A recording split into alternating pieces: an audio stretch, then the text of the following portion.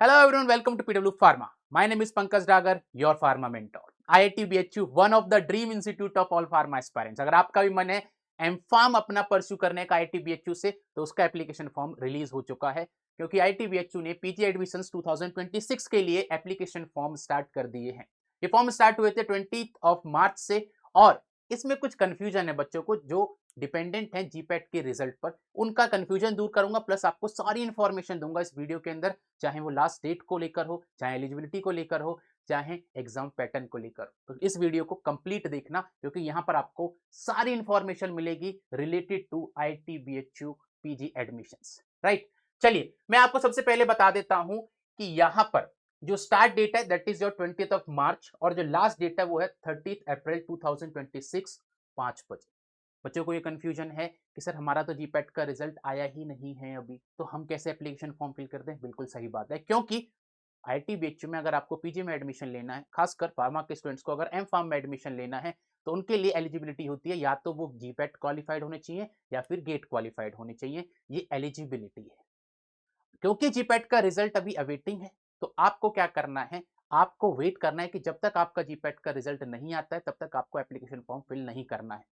All दो 7 अप्रैल को आपका रिजल्ट आने की संभावना है क्योंकि डेट दी हुई है एनबीएमएस के द्वारा, लेकिन फिर भी IIT BHU के इंफॉर्मेशन ब्रोशर में ये मेंशन है कि किसी वजह से अगर डिले भी होता है रिजल्ट, तो जिस दिन रिजल्ट आएगा जीपैट का उसके बाद अगला जो एक हफ्ता होगा उसके लिए पोर्टल खोल दिया जाएगा। तो जो जो जीपैट क्वालिफाइड स्टूडेंट्स होंगे वो इस एप्लीकेशन फॉर्म को फिल कर सकते हैं। अगर आपका 7 अप्रैल को ही रिजल्ट आ जाता है तो आपके पास ऑलरेडी 13 अप्रैल तक टाइम बचेगा, लेकिन उसके बाद भी अगर डिले होता है रिजल्ट के अंदर तो भी आपको समय मिलेगा, तो उसमें घबराने की जरूरत नहीं। हाँ, अगर आप गेट क्वालिफाइड हो, वेरी गुड, आप एप्लीकेशन फॉर्म फिल कर सकते हो। अगर आप ऑलरेडी जीपैट क्वालिफाइड हो तो भी आप एप्लीकेशन फॉर्म को फिल कर सकते हो।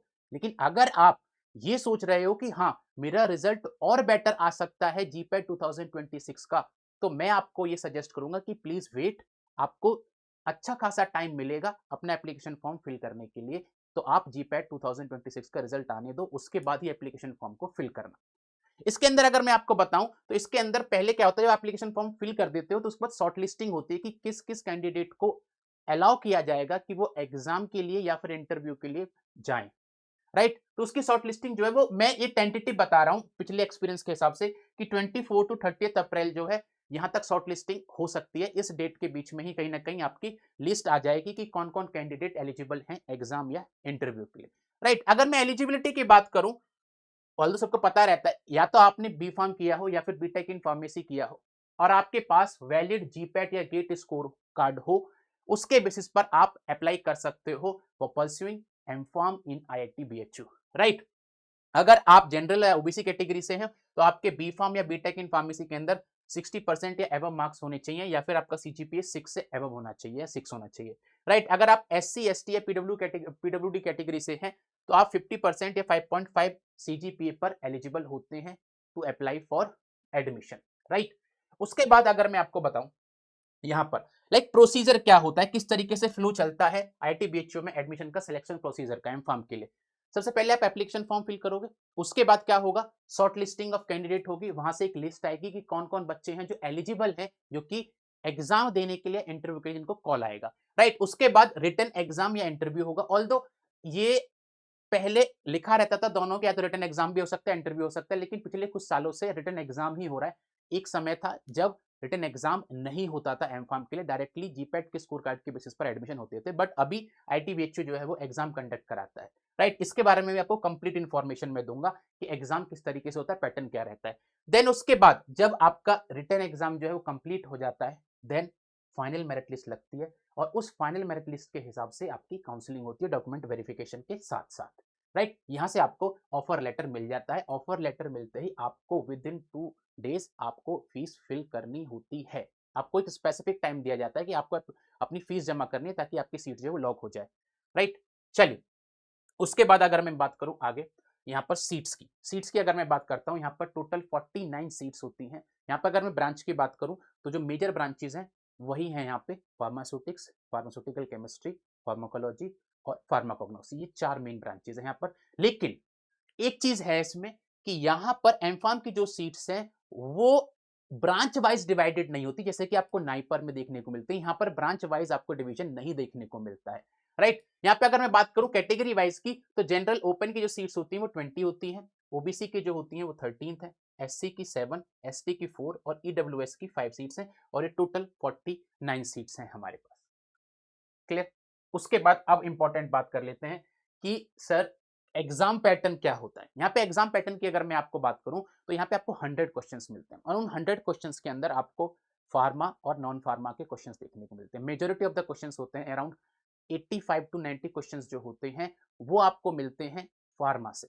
और वहां से क्वेश्चन भी कहां से आते हैं, वो जीपैट का जो नॉर्मल पैटर्न रहता है वैसा ही कुछ क्वेश्चंस मिलते हैं, वहां पर आपको उसी लेवल के क्वेश्चंस मिलते हैं। मेजरली क्वेश्चंस जो आपको मिलते हैं वो हैप के, ऑर्गेनिक केमिस्ट्री के, और बेसिक्स ऑफ फार्मास्यूटिक्स के, फार्माकोग्नोसी के, फार्माकोलॉजी के, ये बेसिक्स क्वेश्चंस मिलते हैं। एनालिसिस से क्वेश्चंस आपको मिलते हैं, लेकिन जो लाइक लेवल रहता है क्वेश्चंस का वो जीपैट का लेवल ही रहता है, ऑलमोस्ट उसी के अराउंड रहता है, वन लाइनर क्वेश्चंस होते हैं।